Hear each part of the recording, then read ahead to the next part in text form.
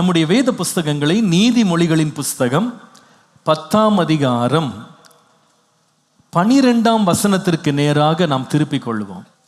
பகை விரோதங்களை எழுப்பும், அன்போ சகல பாவங்களையும் மூடும். இந்த பகை என்கிற வார்த்தைக்கு பதிலாக வேதத்தில் பயன்படுத்தப்பட்டுள்ள சில வார்த்தைகள் என்னவென்றால் பகை, விரோதம், பொறாமை. இங்கிலீஷ்ல வாசிக்கணும்னா envy, jealousy, hatred. இந்த வார்த்தைகள் மாறி மாறி பயன்படுத்தப்பட்டதாக நம்ம பைபிளில் படிக்க முடியும். இந்த பகையை குறித்து ஏன் முக்கியமாக இன்றைக்கு நம்ம கவனிக்க வேண்டி இருக்கு என்று கேட்டால், இந்த வசனத்திலே படிக்கும்போது வேதம் சொல்லுது பகை விரோதங்களை எழுப்பும், அன்போ சகல பாவங்களையும் மூடும். அப்போ நீங்க பைபிள் ஃபுல்லா நீங்க படிச்சீங்கன்னா அன்புக்கு நேர் எதிரடையாக காண்பிக்கப்பட்ட ஒரு குணாதிசயம் என்னன்னா பகை. இன்னொரு விதமாய் சொன்னால், அன்பு இருக்கிற இடத்துல பகை இருக்க முடியாது, பகை இருக்கிற இடத்துல அன்பு இருக்க முடியாது. ரெண்டும் ஒன்று சேரவே சேராது. They are opposites. வேதம் முழுவதும் நீங்க எந்த இடத்துல போய் நீங்க வசனங்களை வாசித்து இந்த ரெண்டு வார்த்தைகள் ஒன்று சேர இருக்கிற இடத்த பார்த்தீங்கன்னா எதிர்முனையிலே இவைகள் வைத்து நமக்கு காண்பிக்கப்பட்டிருக்கு. நம்ம வாசித்த இந்த முதல் வசனத்திலேயே பகைகள் விரோதங்களை எழுப்புகிற பொழுது அன்போ பாவங்களை என்ன பண்ணும், மூடிவிடும். நேர் எதிரடையான ஒரு பொசிஷன்ல அதை பார்க்குறோம். நான் இன்னும் 2 வசனம் காண்பிக்கிறேன், அப்போ புரியும். 1 கொரிந்தியர் 13ஆம் அதிகாரத்தின் 4ஆம் வசனத்துக்கு வருவீர்களானால் அங்கே நம்ம வாசிக்கிறோம் அன்புக்கு பொறாமை இல்லை. அன்பா இருக்கிறவங்க பொறாமையா இருக்க மாட்டாங்க, பொறாமை உள்ளவர்கள் அன்பாகவும் என்ன பண்ண மாட்டாங்க, இருக்க மாட்டாங்க. இன்னொரு வசனமும் காண்பிக்கிறேன். நீதிமொழிகள் 15ஆம் அதிகாரம் 17ஆம் வசனத்தை பாருங்க. பகையோடு இருக்கும் கொழுத்த எருதின் கரியை பார்க்கிலும் ஸ்நேகத்தோடு இருக்கும் இலைக்கரியே நல்லது. இங்கேயும் பார்த்தீங்கன்னா பகை, ஸ்நேகம், it is always placed in the opposite. இது ரெண்டும் ஒன்று அல்ல, இது ரெண்டும் ஒரே இடத்துல ஒரு விதமாய் செயல்படவே முடியாது. ரெண்டும் எதிரெதிராய் தான் செயல்படுகிற ஒரு காரியம். ஏன் இந்த வார்த்தையை இன்றைக்கு நான் பேசும்படி கர்த்தர் ஏவினார்னா, கொஞ்சம் வாரமாகவே நம்ம தொடர்ந்து கர்த்தருடைய வார்த்தையை கவனித்து கொண்டிருக்கிறோம். உம்முடைய ஆலோசனையின்படி நீர் என்னை நடத்தி முடிவிலே என்னை மகிமையில ஏற்றுக்கொள்வீர் என்று கவனித்து கொண்டிருக்கிறோம். இப்போ முடிவில் ஒரு மனிதன் மகிமையில ஏற்றுக்கொள்ளப்பட வேண்டுமானால் அதற்கு தேவனுடைய ஆலோசனை அவசியம் என்று கவனித்தோம். இந்த தேவாலோசனை என்ன அப்படின்னா, ஒரு வார்த்தையில சொல்ல வேண்டுமானா என்ன வார்த்தை சொல்லலாம்? தேவனில் அன்பு கூறு, கண்கண்ட மனுஷன் மேலும் எப்படி இரு, அன்பாயிரு. இந்த அன்பில்லாமல் இருந்தால் நாம் தேவனுடைய ராஜ்யத்தை போய் சேர முடியாது என்பதை கடந்த 3-4 வாரங்களாக தொடர்ந்து இதை நம்ம கவனித்துக் கொண்டிருக்கிறோம். இந்த அன்பு நமக்குள்ள உண்மையாக இருக்குமானால், இந்த அன்பு இருக்கிற இடத்துல என்ன இருக்கக்கூடாது என்றா பகை. இது தேவன் விரும்புகிற ஒரு குணம் அல்ல, தேவன் ஏற்றுக்கொள்ளுகிற ஒரு குணம் அல்ல, இது தேவனுடைய பிரியமான ஒரு சுபாவம் அல்ல. இது அன்புக்கு நேர் எதிரடையான ஒரு குணம். இன்றைக்கு இந்த பகையை பற்றி கொஞ்சம் ஆழமாக போய் கொஞ்சம் படிக்க போகிறோம். இது நிச்சயமாக உங்களுக்கு ரொம்ப பர்சனலாகவே ரொம்ப பிரயோஜனமாக இருக்கும்னு நான் நினைக்கிறேன். பிகாஸ் தேவனுடைய வார்த்தையை நாம் எவ்வளோ அறிந்து கற்றுக்கொள்கிறோமோ அது நமக்குள்ள ஒரு பெரிய மாற்றத்தை உண்டாக்கும். நமக்கு இருக்கிற தெளிவற்ற காரியங்களை தெளிவுபடுத்தி தேவனுடைய வசனத்தை உற்று நோக்கவும் அதனால் உணர்வடையவும் நமக்குள்ள தேவையான மாற்றங்கள் தேவைப்படும் போது ஆவியானவர் அந்த மாற்றங்களுக்கு நேராய் கர்த்தர் நடத்தவும் இன்றைக்கு ஆவியானவர் நம்மோடு பேசுவாராக. ஆகவே என்னுடைய செய்தியின் இன்றைய தலைப்பு லவ் டஸ் நாட் என்வி.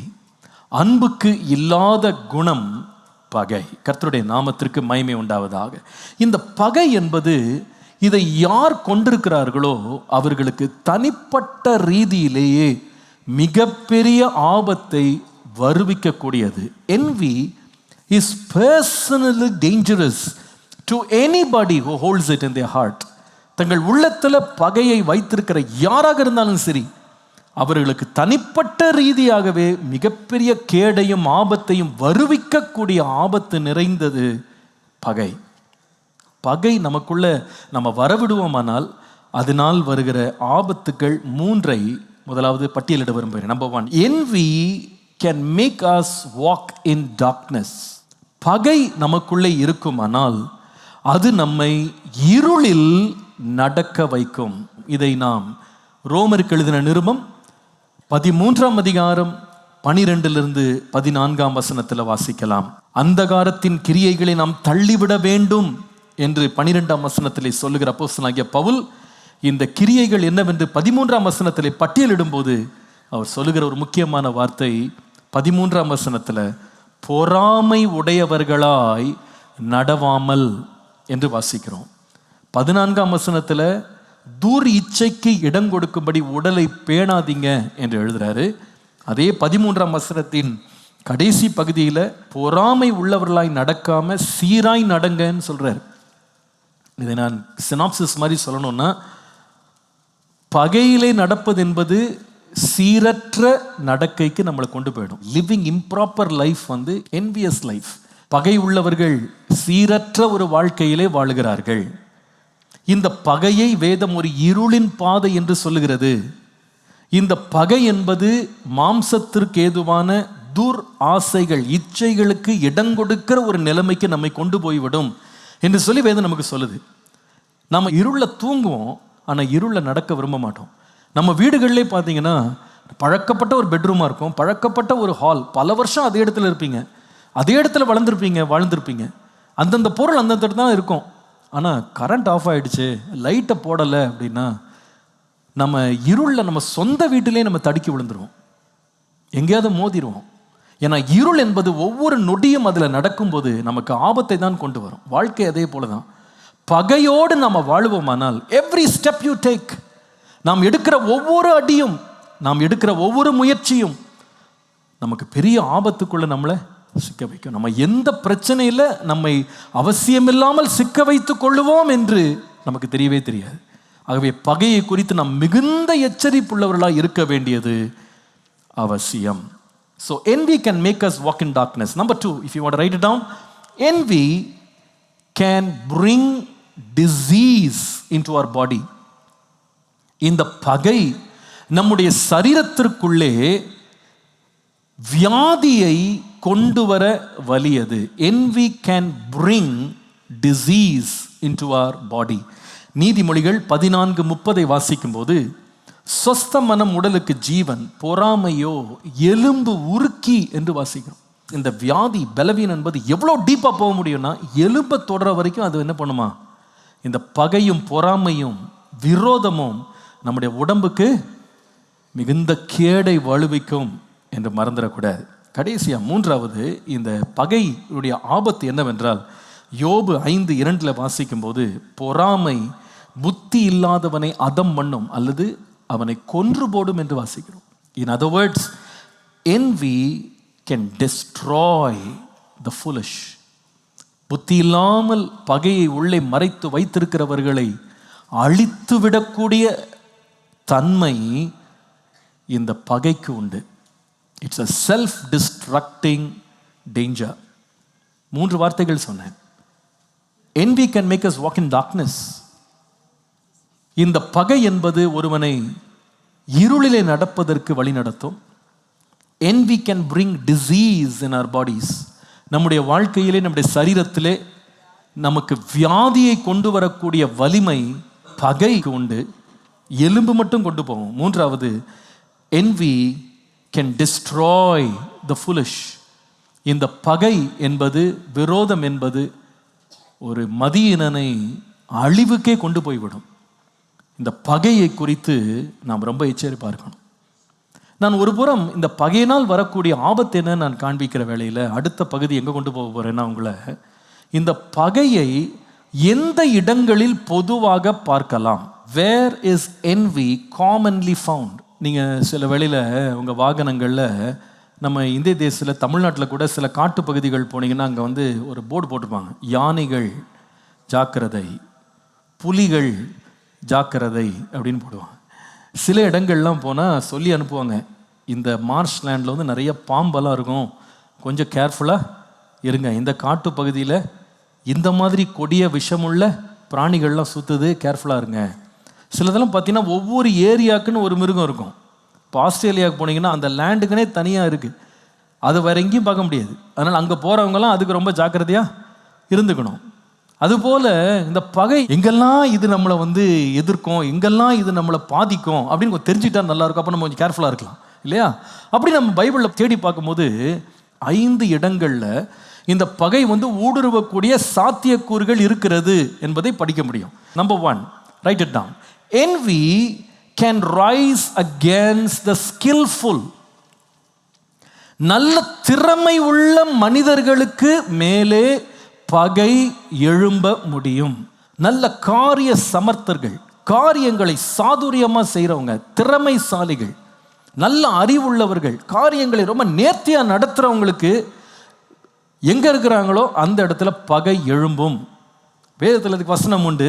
நீங்கள் பிரசங்கியின் புஸ்தகம் 4ஆம் அதிகாரம் 4ஆம் வசனத்தை வாசித்தால், மனுஷன் படும் எல்லா பிரயாசமும் பயன்படும் எல்லா கிரியையும் அயலானுடைய பொறாமைக்கு ஏதுவாய் இருக்கிறதை நான் கண்டேன் என்று சொல்கிறார். இங்கிலீஷ்ல அது ரொம்ப தெளிவா இருக்கிறது. Again I saw, for all toil and every skillful work a man is envied by his neighbor. கூட இருக்கிறவங்க, சுற்றி இருக்கிறவங்க, அயலான், அவங்க எப்போ பொறாமையில் எழும்புறாங்கன்னு கேட்டால், ஒரு மனிதன் ரொம்ப ஸ்கில்ஃபுல்லாக இருக்கிறாரு, ரொம்ப டேலண்டடாக இருக்கிறாரு, எல்லாத்தையும் நேர்த்தியாக செய்கிறாரு, அருமையாக செய்கிறாரு அப்படின்னா நம்ம நிறைய வேளை வரவேற்பு எதிர்பார்க்குறோம், பாராட்டு எதிர்பார்க்குறோம். ஆனால் மறந்துடாதீங்க, எல்லாருக்குமே சந்தோஷம் கொடுக்காது.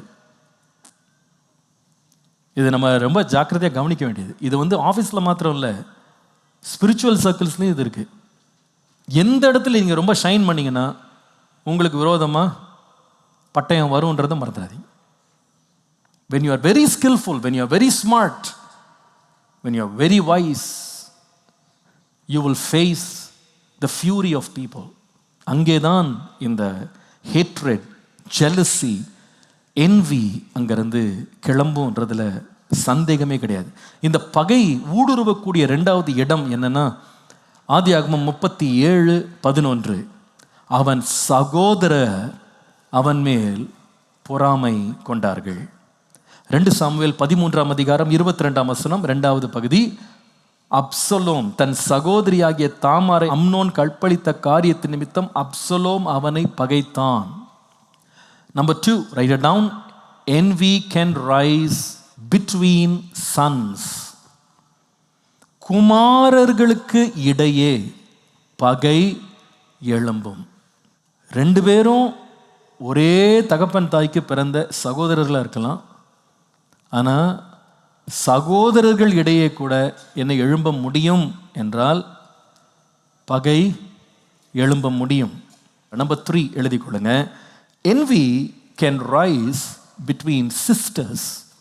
பகை என்பது சகோதரிகள் இடையே கூட எழும்ப முடியும். சிஸ்டர்ஸ். இதை நாம் ஆதியாகமம் 30ஆம் அதிகாரம் முதல் 2 வசனங்களை வாசிக்கிறோம். ராகேல் தான் யாக்கோபுக்கு பிள்ளைகளை பெறாததை கண்டு தன் சகோதரியின் மேல் பொறாமை கொண்டாள். உங்களுக்கு ஷாக்கிங்காக இருக்கலாம் இது, but this is an area that is so rife where envy and hatred and jealousy can rise. First, when you are skillful. Number 2, between sons. Number 3, between sisters. 4வது, envy can rise even between seasoned statesmen. முதிர்ந்த தலைவர்கள் இடையே இந்த பொறாமை, இந்த எரிச்சல், இந்த பகை வளர முடியும்.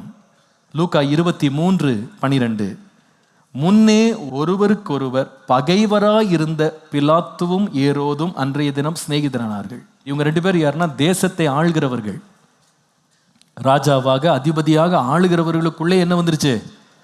பகை. மறந்துடாதீங்க. அதை பெரிய ஆளுகை இருக்கலாம், பெரிய அதிகாரங்கள் இருக்கலாம், பெரிய பதவிகள் இருக்கலாம். நீங்கள் நினச்சிடாதீங்க அவங்களுக்கெல்லாம் பகை வராதுன்னு. வரும். ரொம்ப வருஷமாக பெரிய பெரிய தலைமைத்துவ பகுதிகளில் பெரிய பெரிய உயர்வுகளை பார்த்தவங்களுக்கு கூட பகை உண்டாகும். It's a possibility. 5வது, இதுதான் ரொம்ப கொஞ்சம் அதிர்ச்சி ஊட்டுகிறது. envy can rise between saints. பரிசுத்தவான்கள் இடையே பகை உருவாக முடியும். அல்லது பரிசுத்தவான்களுக்கு விரோதமாக பரிசுத்தவான்கள் மேல் பகை உருவாக முடியும். நீதிமொழிகள் 29:10, இரத்த பிரியர் உத்தமனை பகைக்கிறார்கள் என்று வாசிக்கிறோம்.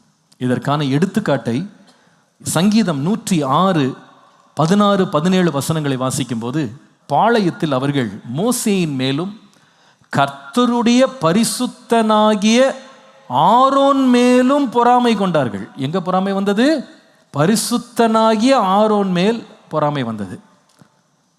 ஆகவே பரிசுத்தவான்களுக்கு எதிர்த்தும் என்ன வரும்? பகை, பொறாமை உருவாகும் என்பதை மறந்துவிடக்கூடாது. 5 காரியம் சொன்னேன். திறமைசாலிகளுக்கு எதிர்த்து பகை எழும்பும். envy can rise between sons. குமாரருக்கு இடையே பகை எழும்ப முடியும். Number 3, envy can rise between sisters. சகோதரிகளுக்கு இடையே இந்த பகை எழும்ப முடியும். envy can rise between statesmen. நன்றாக கைதேர்ந்த முதிர்ந்த தலைவர்கள் இடையே பகை உருவாக முடியும். 5வது, பரிசுத்தவான்கள் மேலே பகை எழும்ப முடியும். envy can rise against saints. இதை சுருக்கமாக சொல்லணும்னா, பகை என்பது வீட்டிலேயும் நுழையும், வேலையிலேயும் நுழையும், நாட்டிலேயும் நுழையும், சபையிலேயும் நுழையும். ஒரு ஆமீன் சொல்லுங்க. அதனால அப்போ அர்த்தம் என்னன்னு புரிஞ்சிருப்பீங்கன்னு நினைக்கிறேன். பகை நுழையாத இடம் என்பது, இந்த பாம்பு இதெல்லாம் நுழையாது பாஸ்டர், இந்த ஏரியா பக்கம் வராது அப்படின்னு சொல்ல முடியாது. இந்த பாம்பு எல்லாத்தையும் ஒரு வழி பண்ணிடும். அவ்வளோ பயங்கரமானது பகை. வீட்டுக்குள்ளேயும் நுழைஞ்சிரும், வேலையிலையும் நுழையும், தேசத்துலேயும் நுழையும், விட்டா சபைக்குள்ளே வந்துடும். இது பயங்கரமான ஒரு பொல்லாங்கு. தேவன் பரிசுத்த ஆவியினாலே தேவனுடைய அன்பை நம்முடைய இருதயத்திலே ஊற்றி இருக்கிறார். ஆனால் பிசாசு அந்த அன்புக்கு விரோதமாய் கிரியை செய்யும்படி பகையை கொண்டு வந்து இவர்களை கலங்கடிக்கிறார். இந்த பகைக்கு நாம் எச்சரிப்பாக இருக்க வேண்டியது அவசியம். இப்போ 3வது முக்கியமான பகுதிக்கு போக போகிறோம். 3 common causes behind envy. பகையை உண்டு பண்ணும் 3 பொதுவான காரணங்கள். 3 common causes behind envy. Let's learn from the word of God. முதலாவது எழுதிக் கொள்ளுங்க. The first common cause for envy. பகையை நாம் சந்திக்க அல்லது நமக்குள்ளே எழும்ப முதலாவது ஒரு பொதுவான காரணம் என்னவென்றால், unanticipated success or fortune. எதிர்பாராத வெற்றி அல்லது நல்வாழ்வு. ஆதியாகமம் 27ஆம் அதிகாரம் 41ஆம் வசனம். யாக்கோபை தன் தகப்பன் ஆசீர்வதித்ததின் நிமித்தம் ஏசா யாக்கோபை பகைத்தான். ஆதியாகமம் 37:4. அவனுடைய சகோதரர் எல்லாரிலும் அவனை தங்கள் தகப்பன் அதிகமாய் நேசிக்கிறதை அவன் சகோதரர் கண்டபோது, வசனம் முடிகிறது, அவனை பகைத்தார்கள். Let me bring this very simple. You see, the moment you face unanticipated success with somebody, it's a rife ground for envy to rise. எதிர்பாராத விதமாக ஒருவர் வெற்றி பெறுவதை நாம் கவனிக்கும் போது அந்த இடத்துல பகை நமக்குள்ளே எழும்புவது அதிக சாத்தியம் உள்ள ஒரு காரியம் என்பதை மறந்து போகாதீங்க. It's very easy. அந்த இடம் ரொம்ப வல்னரபிளான ஒரு ஏரியான்றதை மறந்துடாதீங்க. நாமளும் யாரும் எதிர்பாராத நேரத்தில் உயரும்போது மற்றவருடைய பகையை நம்ம அனுபவிப்போம்.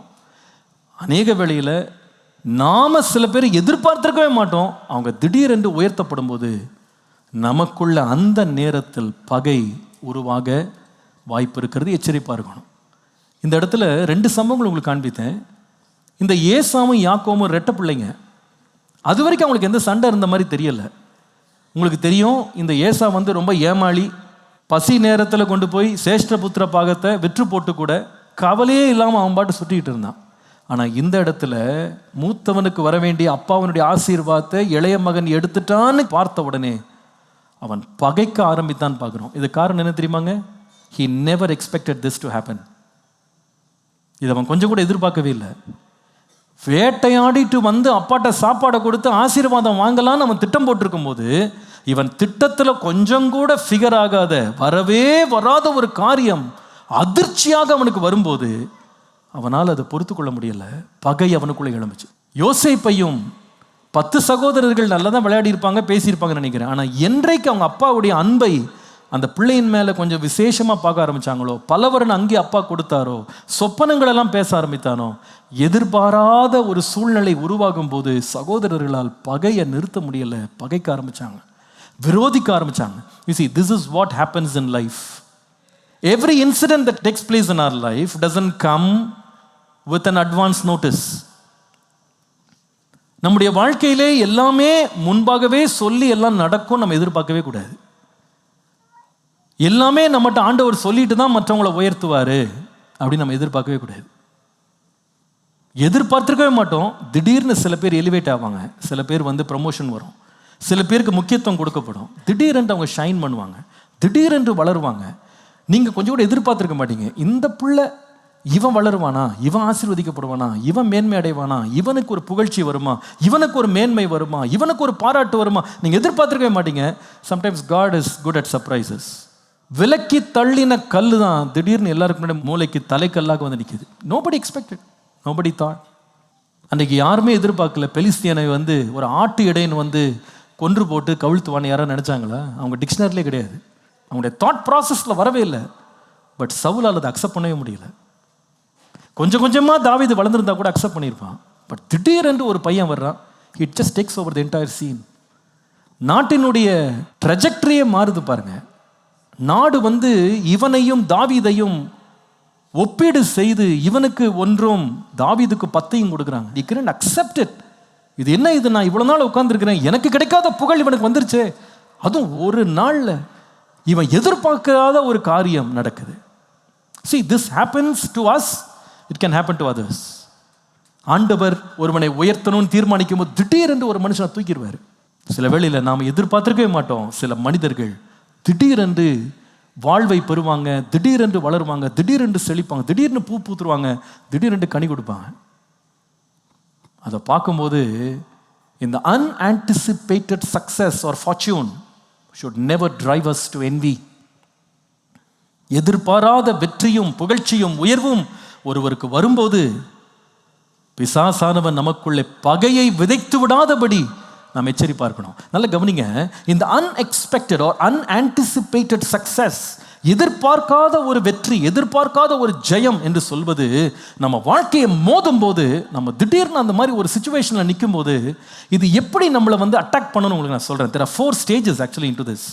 இதை நான் வேதத்தில் காண்பிக்க விரும்புகிறேன். நீங்கள் வேதத்தை சற்று ஆராய்ந்து வாசித்தீங்கன்னா you'll be so thrilled to understand how the Bible so beautifully explains the process behind these unanticipated successes that we can face in life. மற்றவர்களிடத்திலே நாம் எதிர்பாராத வெற்றிகளை பார்க்கும்போது இது எப்படி நம்மை தாக்கும் அப்படின்றத 4 படிகளில் பார்க்கலாம். முதலாவது, இந்த ஈசாக்குக்கு மேல் வந்த பொறாமை எரிச்சலை நாம் படிக்கும்போது ஆதியாகமம் 26:12 பாருங்க. வேதம் சொல்லுகிறது, ஈசாக்கு அந்த தேசத்தில் விதை விதைத்தான், கர்த்தர் அவனை ஆசீர்வதித்ததினால் அந்த வருஷத்தில் 100 மடங்கு பலனடைந்தான். கவனித்தீங்களா? அந்த ஊரில் எல்லாரும் தான் விதை விதைச்சிருப்பாங்க, எல்லாரும் தான் பிரயாசப்பட்டிருப்பாங்க, எல்லாரும் தான் வயலுக்கு போயிருப்பாங்க, எல்லாருக்கும் பலன் கிடைக்கல. ப்ராபப்ளி எல்லாருக்கும் 2 மடங்கோ 5 மடங்கோ 10 மடங்கோ கிடைச்சிருக்கலாம். ஆனால் something extraordinary happen to one person. ஒரே ஒரு ஆளுக்கு இயற்கைக்கு மாறாத ஒரு காரியம் நடந்தது. விதைச்ச விதை 100 மடங்கு பலனடைந்தது. This is sometimes some events that happen in our life that is far beyond our comprehension. நம்மால் புரிந்து கொள்ள முடியாத விதத்தில் சில பேருடைய உயர்வு, வளர்ச்சி, வெற்றி, அவர்களுடைய மேன்மை நம்ம கண் திடீர்னு ஃப்ளாஷ் லைட் மாதிரி பிரகாசிக்கும். Then this is where it all starts. Number 1, first we get startled. I call it as a shock or surprise. நாம் சில வேளையிலே ஆச்சரியம் அடைந்து அதிர்ச்சிக்குள்ளாகும் அளவிற்கு சில பேருடைய வளர்ச்சி பரிணாம வளர்ச்சியாக திடீரென்று வளரும். இதற்கு நம்ம விளக்கமே கொடுக்க முடியாது. இதை நம்முடைய ஞானத்தினாலோ புத்தியினாலோ இதை நாம் அறிந்து தெரிந்து இதை நம்ம ஆராய்ச்சி பண்ணி இதற்கு விடை காணவே முடியாது. ஏனென்றால் வேதம் அங்கே சொல்லுகிறது, அந்த வருஷத்தில் ஈசாக்குக்கு கிடைத்த அந்த விளைச்சல், அதற்கான பின்னணி என்ன, காரணம் என்னன்னு கேட்டால் கர்த்தர் அவனை ஆசீர்வதித்தார். அல்லேலூயா. கர்த்தர் ஆசீர்வதிச்சிட்டாருன்னா அதுக்கு எக்ஸ்பிளனேஷனே கிடையாது. There's no explanation. How somebody can just turn out to be such an outstanding success அப்படின்றதுக்கு there's no explanation. That is God. இது எப்படி ஆயிற்று? நம்முடைய கண்களுக்கு இது ஆச்சரியமா இருக்கு. எப்படிங்க? நாங்களும் தான் விதைச்சோம், அவங்களுக்கு 100 மடங்கு கிடைச்சிருக்கு. இது கர்த்தராலே ஆயிற்று, கர்த்தராலே ஆயிற்று. Hallelujah. So first you get startled. சிலருடைய வளர்ச்சி நமக்கு அதிர்ச்சியை தரும், ஆச்சரியத்தை தரும். But it doesn't stop there. See, that startled experience goes to the next mode, which is the next verse. ஆதியாகமம் 26:13 வாசித்தீங்கன்னா அந்த அதிர்ச்சி அடுத்த லெவலுக்கு ஒருத்தரை கொண்டு போகும். என்ன தெரியுமா? இந்த ஈசாக்கு 100 மடங்கு பெற்றது மாத்திரம் இல்லை, இப்போ அவன் ஐஸ்வர்யவானாகி வர வர விருத்தி அடைந்து மகா பெரியவனானான். அவனுக்கு ஆட்டு மந்தை, மாட்டு மந்தை, அநேக பணிவிடைக்காரர் இருந்தபடியால் பெலிஸ்தியர் அவன் மேல் பொறாமை கொண்டார்கள். Let me tell you what it is. Number 2, it will make us stare at them. நம்முடைய கவனம் எல்லாம் அவர்கள் மேல் ஈர்க்கப்படுவது இயல்பு. This happens. Suddenly they become the hero, the heroine. They just rule the stage. They just become so important. அவங்கள பார்க்காம இருக்கவே முடியாது. இந்த மாதிரி திடீரென்று ஒருவர் மேன்மை அடையும் போது, வெற்றி அடையும் போது, we can easily be tempted to constantly follow them. நம்முடைய அத்தனை கவனமும் அவர்கள் மேல் ஈர்க்கப்படக்கூடிய ஒரு சோதனை நமக்கு இருக்குன்றதை மறந்துடாதீங்க. You can be easily drawn into it. சில பேர் அப்படிதான், யாராவது ஒருத்தர் வெற்றி பெறாங்க, புகழ்ச்சி பெறாங்க, பேர் எடுக்கிறாங்க, நல்ல தழைச்சு வர்றாங்க, ஆசீர்வதிக்கப்படுறாங்கன்னா இவங்க வேலையை விட்டுருவாங்க. அவங்களே தான் பார்த்துக்கிட்டு இருப்பாங்க. அவங்க உட்கார்றது, எழும்புறது, நடக்கிறது, அவங்க நடமாடுறது, என்னென்ன இருக்கோ எல்லாத்தையும் கவனிச்சுக்கிட்டே இருப்பாங்க. And they can have a explanation for every action. அவங்களுடைய ஒவ்வொரு அசைவுக்கும் இவங்க ஒரு விளக்கம் கொடுத்துட்டு இருப்பாங்க. ஏன் தெரியுமா? இன்னும் கூட அவங்களுக்கு புரியலை எப்படி இது நடந்துச்சு. They just can't understand how it happened. There's a great danger, you know. அவனுக்கு எத்தனை வேலைக்காரங்க இருக்காங்க, எத்தனை வேலைக்காரி இருக்காங்க, எவ்வளோ ஆடு வந்துச்சு, எவ்வளோ மாடு வந்துச்சு, இதே தான். தங்க பிழைப்பெல்லாம் விட்டுருவாங்க. என்ன கார் வந்துச்சா, இன்னொரு மாடி கட்டிட்டானா, எத்தனை ரூம் போடுறான், எவ்வளோ உயரமாக கட்டுறான், இன்டீரியர் பண்ணுறானா, 2 ஏசி போடுறானா. அப்பா அவன் காசு கட்டிக்க போகிறான், அவன் மீட்ரு ஓட போகுது, உனக்கு என்னப்பா பிரச்சனை? எத்தனை ஏசி போடுறான், புது வண்டி வாங்கிட்டானா, போன வாரம் தான் ஒரு வண்டி வாங்கினான், உனக்கு என்னப்பா? அவன் பெட்ரோல் போடுறான், அவன் வாங்கிக்கிறான், அவன் டியூ கட்ட போகிறான், உனக்கு என்னப்பா? இல்லை, அதே தான் கணக்கு பார்க்குறது. எப்படி வந்துச்சு? இவங்கெல்லாம் பார்த்தீங்கன்னா சம்பளமே வாங்காத கணக்கு பிள்ளையாக மாறிடுவாங்க. ஊருக்கே ஃப்ரீ சர்வீஸ், கணக்கு வழக்கெல்லாம் இவங்களே பார்ப்பாங்க. இதே தான் பிரச்சனை. இதே பார்த்து பார்த்து பார்த்து பார்த்து பார்த்து வளர்றானே வளர்றானே வளர்றானே, அவனுக்கு இது ஏறிடுச்சு, அதிகமாகிடுச்சு, இது ஜாஸ்தி ஆயிடுச்சு, இதே பார்த்து பார்த்து பார்த்து முடிவு என்னன்னா போகிறாங்க. ஸோ முதலாவது வந்து you get startled. Number 2, you start staring. மற்றவர்களையே கவனித்து கொண்டிருப்பது. வர வர வர வர வர வர அவன் பெருசாயிட்டே இருக்கானே, வளர்றானே, பெருகிறானே, பேர் வாங்குறானே. Now it starts to do something more. இது அதோடு நிற்காது பாருங்க. இது 3வது ஒரு நிலை கொண்டு போகும். அது என்னன்னா 16ஆம் வசனம், ஆதியாகமம் 26:16.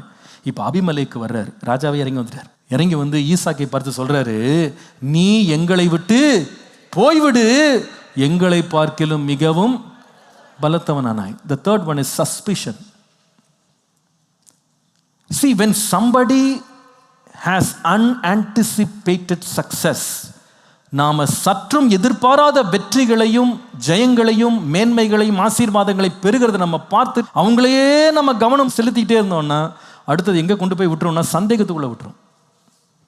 ஏதோ தப்பு நடக்க போகுது. சில பேர் சொல்கிறத பார்த்துரு, கொஞ்சம் ஒருத்தன் வளர்ந்துட்டான், பார்த்துக்கிட்டே இருக்கேன், ரொம்ப வளர்றான், ஆபத்து, என்னமோ இவர் தான் சிக்னல் காட்டுற மாதிரி. ஏதோ ஒரு மர்மம் இருக்கும் இதுக்குள்ள, ஏதோ ஒன்று நடக்குது. சில பேருக்கு தீர்க்க தரிசனம் வரணும்னா வேலை செய்ய ஆரம்பிச்சிடும். போய் தீர்க்க தரிசனம் அப்படி நடந்துடும் பாரு, நீ வெயிட் பண்ணி பாரு, சவால் விடுறது மற்றவங்கள்ட்ட, என்ன நடக்க போகுது பாரு. சஸ்பிஷன். அங்கே பார்த்தீங்கன்னா ஈசாக்கு வந்து இந்த அபிமெலேக்குக்கு விரோதமாக ஏதாவது செயல்படணும்லாம் ஒன்றும் திட்டம் போடலை. உண்மை அதான், அவனுக்கு அந்த மாதிரி எந்த ஒரு பிளானும் கிடையாது, எந்த சஸ்பிஷியஸ் ஆக்டிவிட்டியும் நடக்கலை. நடந்தலைன்னா 100 மடங்கு பலன் கிடைச்சது ஒரு வருஷம், அது எல்லா வருஷமும் கடந்ததுன்னு போடலை. அந்த வருஷத்தில் 100 மடங்கு கர்த்தர் அவனுக்கு கொடுத்தாராம். That was just a one time event probably. ஒருவேளை இது ஒரு வருஷத்தில் ஒரு முறை நடந்த ஒரு காரியம். விளைச்சல்ல இருந்த காசை வச்சு அவர் என்ன பண்ணியிருப்பாருன்னா ஆடு மாடு வாங்கினார், மந்த பெருசாச்சு, நிறைய வேலைக்காரங்க வந்தாங்க, எல்லாம் மெயின்டைன் பண்ணுறதுக்கு. அவ்வளோதான். இவங்களுக்கு என்ன சஸ்பிஷன்னா, ஏதோ நம்மளுக்கு விரோதமாக பண்ண போகிறான், ஏதோ நடக்க போகுது, நம்மளை கவிழ்த்த போகிறான். உடனே இந்த ராஜா இறங்கும் சொல்கிறாரு, எங்களை விட்டு போயிடு, உடனே காலி பண்ணிப்போ. ஏன்னா இவருக்கு பயம் வந்துருச்சு. இந்த பயத்திற்கு காரணமே கிடையாது, அதற்கு எந்த விதமாக வேலையும் ஈசாக்கு செய்யவே இல்லை. நீங்கள் இதே போல் இஸ்ரவேல் ஜனங்கள் பட்ட பாடு உங்களுக்கு தெரியும். நீங்கள் யாத்திராகம் 1ஆம் அதிகாரத்துக்கு வருவீர்களானா, இஸ்ரவேல் ஜனங்கள் மிகுதியாய் பலுகி பெருகுனாங்க. பருக பண்ணினவர் கர்த்தர். ஆனால் வேதம் சொல்லுது, உடனே உங்களுக்குள்ள பயம். ஒரு யுத்தம் வந்தால் இவர்கள் எல்லாம் ஒன்னா கூட்டம் கூடிடுவாங்க, நம்ம விரோதிகளோடு சேர்ந்து நம்மளுக்கு என்ன பண்ணிடுவாங்க, ஆபத்தை வரவழைச்சிருவாங்க. அதனால இவர்களை கொடுமையாக வேலை வாங்க. இதெல்லாம் ஜஸ்ட் சஸ்பிஷன். பொதுவாகவே நான் பார்த்துருக்கேன், ரொம்ப வளர்றவங்களை, ரொம்ப ஆசீர்வதிக்கிறவங்களை பார்த்து இந்த எரிச்சலும் பொறாமையும் கொள்ற பாதை எப்படிப்பட்ட பாதைன்னா, அவங்கள ஒரு சந்தேக கண்ணோடையே தான் பார்க்கறது. அவங்க ஏதோ தப்பு பண்ண போகிறாங்க, அவங்க ஏதோ தீமைக்குள்ளே போக போகிறாங்க, அவங்க ஏதோ ஒரு காரியம் மறைக்கிறாங்க, ஏதோ நமக்கு ஒரு ஆபத்து வருவிக்க போகிறாங்க. நடக்காததை நடந்தது போல கற்பனை செய்ய ஆரம்பிப்பாங்க. அவங்கள சந்தேகத்தோடே பார்ப்பது. இதை நாம் வேதம் முழுவதும் வாசிக்கலாம். நீங்கள் ஆதியாகமம் 37:5 பார்த்தீங்கன்னா, யோசேப்பு கண்டது நிஜமல்ல, சொப்பனம் தாங்க. அந்த சொப்பனம் கண்டதுக்காக சகோதரர்கள் அவனை என்ன செய்தாங்க, பயத்தாங்க. ஏங்க சொப்பனம் பார்க்கறது தப்பா? எப்பா நான் இந்த மாதிரி பார்த்தேன்ப்பா அப்படின்றது இன்னும் நிஜம் ஆகலை. அது சொப்பனம் பார்த்தோன்னே உங்களுக்குள்ள ஐடியா ஓடிட்டு பாருங்க, உடனே மூளை பாருங்க ஹை ஸ்பீடில் ஒர்க் ஆயிருக்கு. எங்கள் மேல் துரைத்தனம் பண்ண போகிறாயா, எங்கள் மேல் அதிகாரம் செலுத்த போகிறாயா. இவங்க எதுக்குள்ளேயும் எண்ட் ரிசல்ட்டை எழுதிட்டாங்க. இவங்க நடக்காது நடந்தது போல இவங்க கன்க்ளூஷன் எழுதுறாங்க, ஸ்டோரி எழுதுறாங்க. என்னமோ நடக்க போகுது. See, when you face unanticipated success, ஒருவருடைய எதிர்பாராத வெற்றியை நாம் பார்க்கும்போது don't get startled. அதிர்ச்சி அடைந்து ஆச்சரியத்துக்குள்ள போயிடாதீங்க. கர்த்தர் செய்கிறார், அது அவ்வளோதான். நம்ம கண்களுக்கு ஆச்சரியமாக தான் இருக்கும். அதை பார்த்தாலும் மிரண்டு போகாதீங்க. ரெண்டாவது, அதிலேயே தொடர்ந்து கவன ஈர்ப்பை திருப்பாதீங்க. மூன்றாவது, சந்தேகத்திற்கு இடம் கொடுக்காதீங்க. நான்காவது, இந்த பகை எங்கே கொண்டு போகணும்னு சொல்கிறேன். கடைசியாக ஆதியாகமம் 26:15 பாருங்கள்.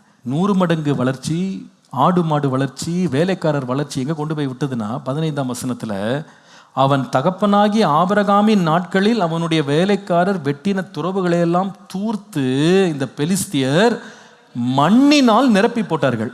Number 4, which is scheming evil. தீமையை பிணைப்பது, தீங்கை விதைப்பது. ரொம்ப ரொம்ப டேஞ்சரஸ்ங்க இது.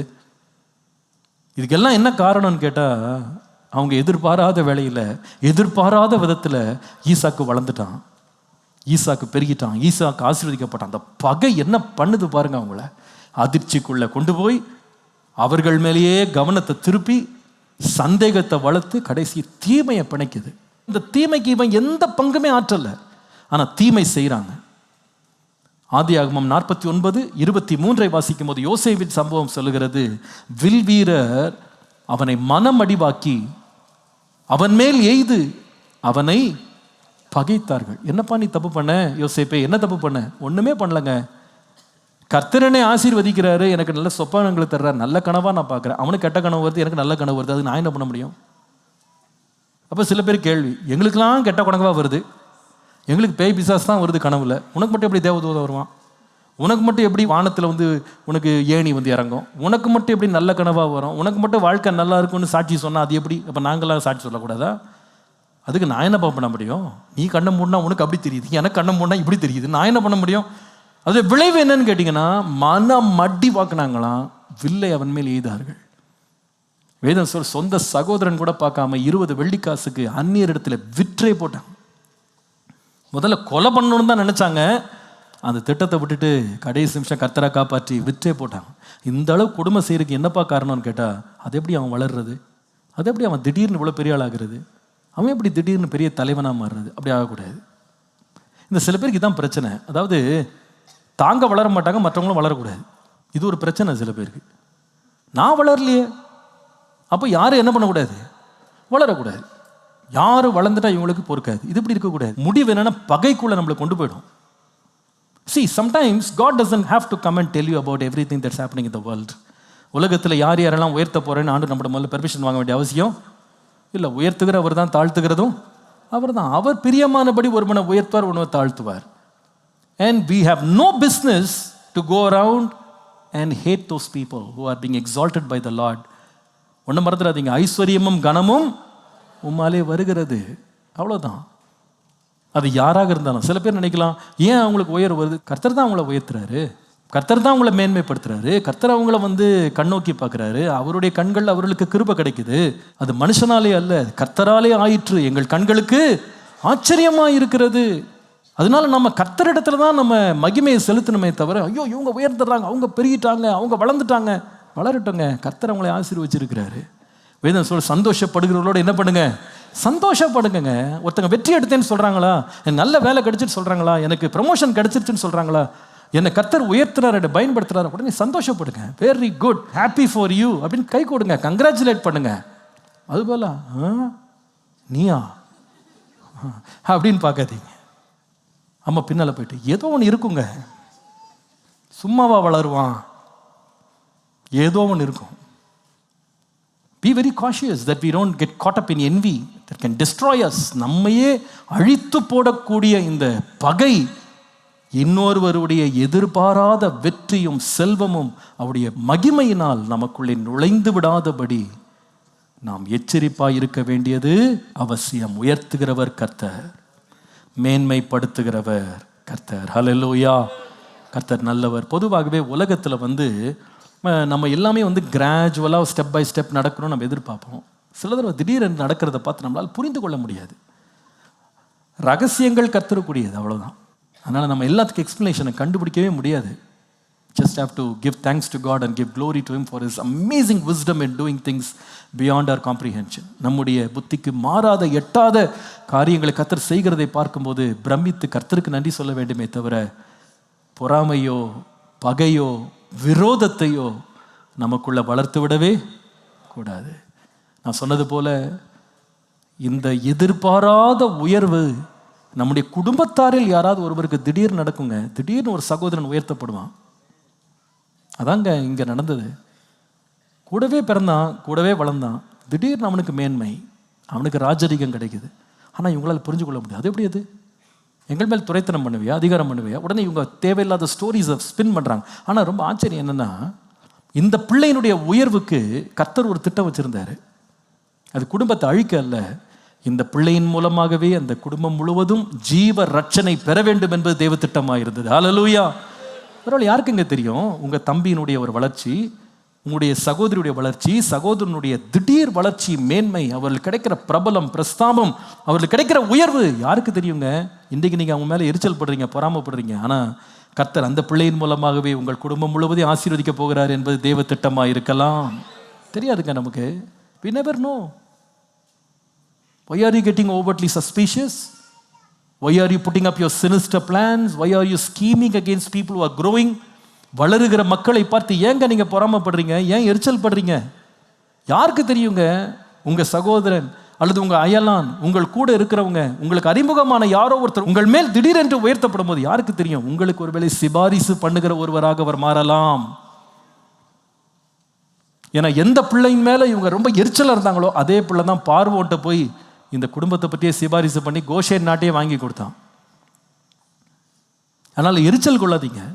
பகையை மாத்திரம் வாழ்க்கையில் வழக்கவே வழக்கானுங்க. எவ்வளவு தூரம் ஒருத்தர் உயர்த்தட்டும், கர்த்தர் உயர்த்துறாருங்க. எனக்கு குறித்ததை கர்த்தர் நிறைவேற்றுவார்.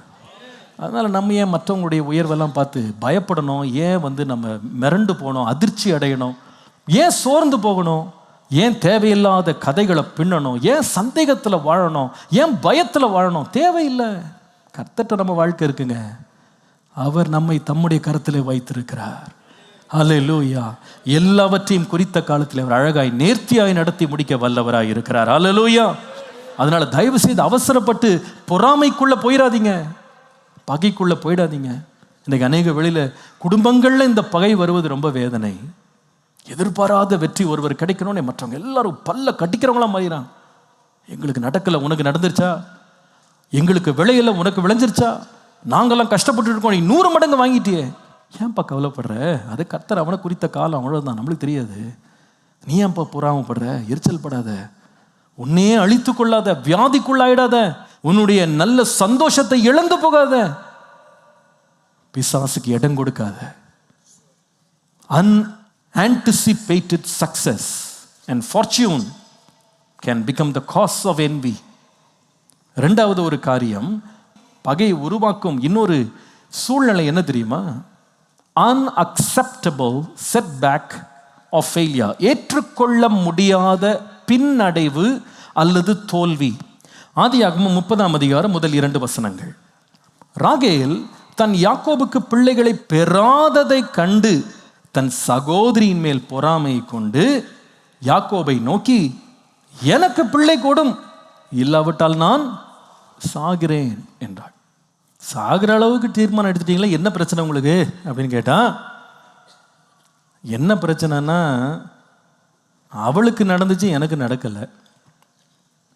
எதிர்பாராத ஒரு பின்னடைவு, இது ஒரு தோல்வி. இங்க பாருங்க, நல்லா கவனிங்க.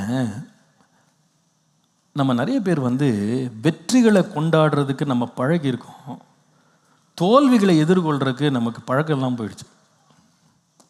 வெற்றி வந்த உடனே எப்படி துதிக்கணும் நமக்கு தெரியும், தண்ணி கசப்பாயிட்டா எப்படி பொறுத்திருக்கணும் நமக்கு தெரியாது இல்லையா? மன்னா கிடைக்கும் போது சந்தோஷப்பட்டோம், அந்த மன்னா சலிச்சு போகும்போது கர்த்தர் நமக்கு வேண்டியதே தருவார்னு காத்திருக்க நமக்கு பொறுமை கிடையாது. See, we want everything to turn gold at the first moment. அந்த தோல்விகளை, ஏமாற்றங்களை எதிர்கொள்கிற ஒரு மனப்பக்குவம் அநேகருக்கு கிடையாது. They don't accept failure as part of life. They don't accept setbacks as part of life. தங்கள் வாழ்க்கையில் பின்னடைவும் தோல்வியும் வாழ்க்கையில் ஒரு பகுதி என்பதை அநேகர் ஏற்றுக்கொள்வதில்லை. எதில் முதலீடு செஞ்சாலும் எனக்கு 100 மடங்கு பலன் வரணும், எந்த எக்ஸாம் எழுதினாலும் 100க்கு 100 வாங்கணும், எந்த வேலைக்கு போனாலும் எனக்கு ப்ரமோஷன் கிடைக்கணும், எந்த பொருள் வாங்கினாலும் நான் ஏமாந்துடக்கூடாது, இப்படி தான் நம்ம எதிர்பார்க்குறோம். ஆனால் அநேக முறை வாழ்க்கையில் கண்டுபிடிக்கிறோம், பல காரியங்களில் ஏமாற்றங்கள் வருகிறது, பல காரியங்களில் பின்னடைவுகள் வருகிறது, பல காரியங்களில் நம்ம மனசை சோர்வுற பண்ணுற சில சந்தர்ப்பங்கள் உருவாகிறது. We face discouragements, disappointments, failures. We are not always on the success trail. And sometimes we get so depressed. We don't run in the winning streak. நாம் அநேக வேளை வெற்றி பயணத்தில் தொடர்ந்து போகாத போது சோர்ந்து போகிறோம். நம்மால் தோல்விகளை ஜீரணிக்க முடியலை. இன்றைக்கி வீடுகளில் கூட பார்த்தா அவங்க கேட்குற எல்லாமே உடனே இப்போ அவங்களுக்கு பெர்மிஷன் கொடுக்கணும், உடனே அவங்களுக்கு ஆமான்னு சொல்லிடணும், உடனே ஆமோதிச்சிடணும். இவங்களுடைய ஆலோசனைக்கு எல்லாருமே அடிபணியணும். மனைவியை தான் எதிர்பார்க்குறாங்க, கணவனை தான் எதிர்பார்க்குறாரு, பிள்ளைங்க தான் எதிர்பார்க்குறாங்க, பெற்றோரை தான் எதிர்பார்க்குறாங்க.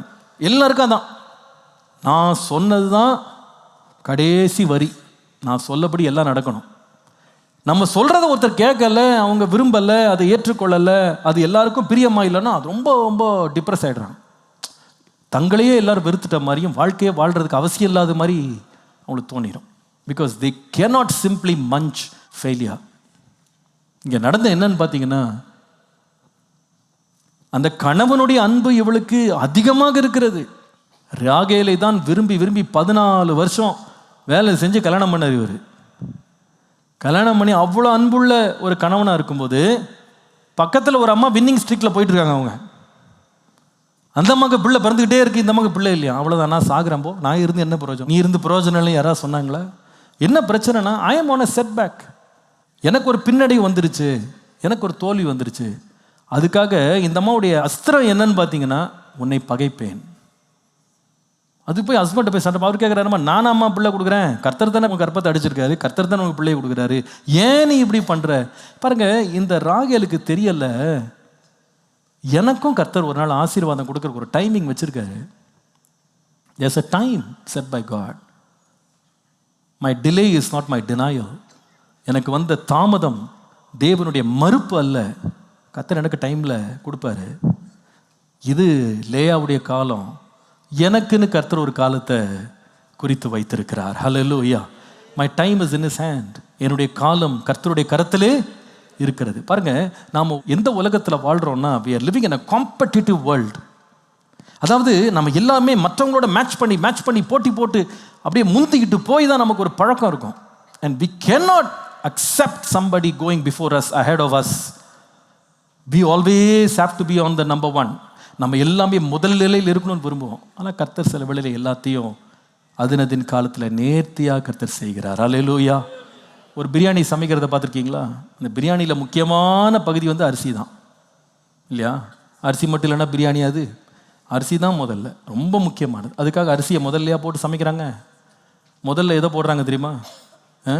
தூக்கி வெளியே போட போகிற அந்த பட்டை, லவங்கம், ஏலக்காய் இதை போட்டு வதக்கிட்டு இருக்காங்க. இப்போ இந்த அரிசி பக்கத்துலன்னு கத்துது, நான் தான் முக்கியமான ஆள், என்ன உள்ளே போடாமல் அவன்களெல்லாம் தூக்கி வெளியே போட போகிறதெல்லாம் கொண்டு இப்படி வதக்கிட்டு உட்காந்துருக்கேன், என்ன முதல்ல போடு. அது கேட்குமா? அது கேட்குமா? உங்கள் வீட்டிலலாம் கேட்கும் போல இருக்கு. அது என்ன பண்ணுதுன்னா பொறுமையாக இருக்கே, என்ன வதங்கினாலும் நாங்கள் பின்னால் வர்றோம் ராஜாவா. நாங்கள் வந்தால் தம் போட்டு கடைசி வரைக்கும் வலிச்சு எடுக்க போகிறது என்ன தான். நீ போகிறதுனா போ, முன்னால் உன்னை வதக்கி வதக்கி வெளியே தூக்கி போட போகிறாங்க. நான் தான் கடைசியில் எல்லாருக்கும் முன்னால் கௌரவமாக வந்து இறங்க போகிறேன். அது பொறுமையாக காத்திருக்கு பாருங்கள். இதை மாதிரி தான் நம்ம வாழ்க்கை கூட. யாரோ ஒருத்தர் முந்திட்டு போகிறாங்கன்ன உடனே நம்ம வெற்றி பயணத்தில் நம்ம தோத்துட்டோம்னு நினைக்கிறோம். இல்லை, there's a time for everything. God has beautifully organized everything in our life. Hallelujah. தாமதித்தாலும் வரும். Hallelujah. சில வேளை முந்தினோர் பிந்தினோராக இருப்பாங்க, பிந்தினோர் முந்தினோராக இருப்பாங்க. ஏங்க கவலைப்படுறீங்க? ஒருத்தர் முந்திட்டு போகிறாங்க அப்படின்றதுக்காக கவலைப்படாது. சில பேர் யாரையுமே முந்த விட மாட்டாங்க, இதுதான் பிரச்சனை. சில பேருக்கு ஒரு கொடூர புத்தி இருக்குது தெரியுமா? விசேஷமாக கார் ஓட்டும் போது பின்னாலேருந்து ஒருத்தன் ஹார்ன் அடிச்சுக்கிட்டே இருப்பான், எனக்கு வழி விடு வழி விடுன்னு. இவங்க கண்ணாடியில் பார்ப்பாங்க, அவன் பின்னாடி வர்றான், வழி விடுவாங்க. அவன் ரைட்டில் வந்தார், ரைட்டில் ஒதுங்கிறது, அவன் லெஃப்ட்டில் வந்தார், இதே விளையாட்டு காட்டிக்கிட்டு இருப்பான். கடைசியில் எங்கேப்பா போக போகிறான்னா பக்கத்து தெருவில் தான் திரும்ப போகிறான். லாஸ்ட் மினிட் வரைக்கும் அவனை அலைய விட்டு இவருக்கு ஒரு பெரிய சந்தோஷம். அது திரும்பணும்னு கடைசி வரைக்கும் அவனை முந்த விடவே இல்லை. அது ஒரு பெரிய திருப்தியில் ஒரு சந்தோஷம், முகத்தை பார்க்கணும், ஒரு சிரிப்பு, ஒரு புன் சிரிப்பு வர இருக்கும் அவருக்கு. என்னன்னு கேட்டால் அவனை என்ன பண்ணிட்டேன் நான், காக்கா வச்சிட்டான் பாரு, பின்னாடி தான் வந்தான். இது என்ன புத்தி இது? என்னமோ ரோட்டை நம்ம சொந்தமாக வாங்கி போட்ட மாதிரி. ஒரு ஆஸ்பத்திரிக்கு போகிற அவசரத்தில் கூட அவன் ஆன் அடிச்சுட்டு இருந்திருப்பான். ஆமாம், வரட்டும், பொறுமையாக வரட்டும், என்ன முந்திக்கிட்டு போகிறது, நான் தான் ஃபஸ்ட்டு போவேன். இது டிரைவர்களுக்கு எல்லாருக்குமே இந்த சோதனை உண்டு இல்லையா? வண்டி ஓட்டுற எல்லாருக்குமே. ஒருத்தன் வந்து கேட்பான், அந்த கொஞ்சம் உள்ளே விட்டுருப்பான், நான் தான் விடுவேன், நடுவில் குறுக்கில் வண்டியை விடுறது, நீ பொறுத்துரு, நாங்கள் தான் ஃபஸ்ட்டு போனோம். ஏன் இந்த போராட்டம் அப்படின்னா, நமக்கு முந்தி போனால் தான் நமக்கு ஆத்ம சாந்தி. ஃபஸ்ட்டு போயிடணும். உலகத்தை விட்டு ஃபஸ்ட்டு போகணுமா? அது வேணாம், அது கடைசியாக தான் போவேன். ஆனால் வாழ்க்கையில் மட்டும் எப்படி இருக்கணும்? ஃபஸ்ட்டு போயிடணும். என்னங்க இது? இன்னொருத்தன் முந்திரக்கூடாது, இன்னொருத்தன் பேர் பெற்றக்கூடாது, இன்னொருத்தன் நம்மளை விட புகழப்பட்டுறக்கூடாது. 2 சகோதரிகள் சண்டை வீட்டுக்குள்ள. என்னன்னு கேட்டால், எனக்கு முந்திட்டு நீ போறியே, என்னை விட வேகமாக போறியே, என்னை விட நீ வாழ்ந்துட்டியே, என்னை விட பேர் பெறியே. Unacceptable setback. எனக்கு ஃபெயிலியராக இருக்குது, எனக்கு எல்லாமே லேட்டாக இருக்குது, எனக்கு வந்து நடக்கலை. அதோட விளைவு என்னன்னா பகை. பகை. ஏன்னா we have always imagined our life in a competition. அதில் ஃபஸ்ட் எடுத்தால் தான் நமக்கு சக்ஸஸ், நம்ம பழகிட்டோம். அதனால் we always want to be number one. ஆனால் இயேசு நமக்கு என்ன சொல்லி கொடுத்தாரு தெரியுமா? உங்களில் யாராவது ஒருவன் முதன்மையாக இருக்க விரும்பினால் அவன் எல்லாருக்கும் அடிமையாக இருக்க கடவன். Be last so you can become first. எல்லாருக்கும் நீ லாஸ்ட் ஆயிரு. ஆண்டவரே, என் வாழ்க்கையில் வர்ற தோல்விகள் நிமித்தமாக எனக்கு எப்போதாவது ஒரு பகை உணர்வு வருகிறது என்றால், அந்த கேடு என்னை விட்டு விலகிறதுக்கு எனக்கு கிருபை தாங்க. Please understand that you don't always have to win. There are times you have to lose. There are times you have to give way. There are times you have to give the chance to someone else. எப்பொழுதும் எல்லா நேரத்திலையும் நம்ம தான் முதன்மையாக இருக்கணும், நம்ம தான் ப்ரிஃபர்டாக இருக்கணும், நாம் தான் தெரிந்தெடுக்கப்படணும், நமக்கு தான் வாய்ப்பு கிடைக்கணும்னு எதிர்பார்ப்பது தவறு. தேவனை ஒவ்வொருவனை குறித்த நேரத்தில் தேவன் அந்தந்த காரியத்தை கரெக்டாக செய்வார். நமக்கு தெரியாது. We don't know why some things are delayed. ஆனால் உங்களுக்கு தெரியுமா, நம்ம அவசரப்பட்டு வேகமாக நம்ம முன்னால் போய் விழுந்துட்டோம் அப்படின்னா குழஞ்சே போயிடுவோம் நம்ம. There's a time for us. God has a set season. எல்லாவற்றுக்கும் ஒரு காலத்தை தேவன் முன் குறித்திருக்கிறார். ஏற்ற காலத்தில் உங்களை உயர்த்தும்படி அவருடைய பலத்த கைக்குள் அடங்கியிருங்கள்னு போட்டிருக்கு. அப்போ கர்த்தர் எல்லாவற்றையும் நேர்த்தியாய் செய்கிறவர். நம்முடைய டிலேயை பார்த்து, நமக்கு இருக்கிற ஃபெயிலியர், நமக்கு இருக்கிற பின்னடைவுகளை பார்த்து நம்ம பொறாமைக்கு, பகைக்கு நம்ம இடம் கொடுத்து விடவே கூடாது. கடைசியாக மூன்றாவது, எப்போ இந்த பகை நமக்குள்ள வர முடியும் தெரியுமா? the third opportunity or the third customary path that envy has a way into our life. நம்முடைய வாழ்க்கையில் இந்த பகை ஊடுருவதற்கு மூன்றாவது ஒரு வழி என்ன தெரியுமா? I call it unattainable superiority of fame. எட்ட முடியாத உயர்வு அல்லது புகழ். மத்தேயு எழுதின சுவிசேஷம் 27ஆம் அதிகாரம் 17ஆம் வசனம் தமிழில், 18ஆம் வசனம் இங்கிலீஷில். பொறாமையினாலே அவரை ஒப்பு கொடுத்தார்கள் என்று பிலாத்து அறிந்தான். யார் ஒப்பு கொடுத்தார்கள் என்றால், பிரதான ஆசாரியர், மூப்பர்கள். இயேசுவை ஒரு அந்நிய ராஜா, ரோம தேசாதிபதி கிட்ட, கவர்னர்கிட்ட கொண்டு போய் இயேசு ஒப்பு கொடுத்தாங்க. எதுக்காப்பா நீ ஒப்பு கொடுத்த? அவர் என்னப்பா தப்பு பண்ணாருன்னு கேட்டால், வேதம் சொல்லுது, பொறாமையில் அவங்க ஒப்பு கொடுத்தாங்க, பகை உணர்வோடு ஒப்பு கொடுத்தாங்கன்னு யார் கண்டுபிடிச்சிட்டான்னா, அந்த ரோம தேசாதிபதியாகிய பிலாத்து கண்டுபிடிச்சானா. இவங்க இன்டென்ஷனே தப்பாக இருக்கு. ஏன்னா அவன் சொல்லுகிறான், நான் இவங்களை ஃபுல்லாக விசாரித்தேன், மரணத்துக்கு ஏதுவான குற்றம் இவற்றை நான் காணலை. என்னங்க நீங்கள் சொல்கிற அக்யூசேஷன்ஸ் ஒன்றுமே இல்லை, ஆனால் நீ அவன் சிலுவையில் யாராவது நிற்கிறாங்க. என்ன ரீசன்னு கேட்டால், பகை. இந்த பகை ஏன் வருது தெரியுமா? It's a long lasting or a long standing envy. இந்த பகை உருவானதற்கு ஒரு முக்கிய காரணத்தை உங்களுக்கு காண்பிக்கிறேன். யோவான் 12ஆம் அதிகாரம் 19ஆம் வசனத்தில் பாருங்களேன். ஒருவரோடு சொல்லிக் கொண்ட காரியம் இயேசுவை குறித்து, நீங்கள் செய்கிறதெல்லாம் வீண் என்று அறிகிறது இல்லையா? இதோ உலகமே அவனுக்கு பின் சென்று போயிற்றே என்றார்கள். என்னன்னா, the whole world is gone after him. என்னையா நீங்க இருந்து என்ன பிரயோஜனம்? இந்த இயேசுன்னு ஒருத்தர் வந்தார், ஒன்றும் படிப்பும் கிடையாது, ஒரு தச்சனுடைய மகன், ஏழை வீட்டு பையன், எந்த கல்வி கூடத்தில் படிக்கலை. இந்த பையன் பிரசங்கம் பண்ணுறான், நமக்கு வர்ற கூட்டம்லாம் அவனுக்கு அடிச்சுட்டு போச்சு. மொத்த உலகமே அவன் பின்னாடி என்ன பண்ணிடுச்சு? போயிடுச்சு. That is a problem. நம்ம எவ்வளோ மூச்சு விட்டு எவ்வளோதான் பிரயாசப்பட்டாலும் நம்ம பக்கம் யாரும் திரும்ப மாட்டேங்கிறான், எல்லாம் அந்த பக்கம் தான் திரும்புகிறான். இயேசு எல்லாருக்கு முன்பாக பிரகாசிக்கிறார், ஜொலிக்கிறாரு, எல்லாரும் அவர் பின்னால் போகிறாங்க. தாங்க முடியல அவங்களால எரிச்சல். அப்போ இவங்க எதிர்பார்ப்பு என்ன? எப்பவுமே நான் தான் முதல் நிலையில் இருக்கணும், எல்லாரும் என்னை விரும்பணும், எல்லாரும் என்னை பாராட்டணும், நான் எப்பவுமே நம்பர் 1ல் இருக்கணும், நான் எல்லாருக்கும் மேலோங்கி இருக்கணும். I should always be popular, I should always be known, seen, I should be preferred. அதோட விளைவு என்னன்னா பகை. சில பேருக்கு இது ஒரு பிரச்சனை. there is a complex for some people. அவங்கள கண்டு கொள்ளலைன்னா அவ்வளோதான், முகமே வாடி போயிடும். எல்லார் பேரையும் சொன்னாங்க, என் பேரை மட்டும் சொல்ல. அப்பா, நம்ம பேரை இங்கே சொல்கிறாங்களான்றது முக்கியம் இல்லை, ஜீவ புஸ்தகத்தில் பேர் இருந்தால் போதும். அதை மாதிரி பார்க்கணும்.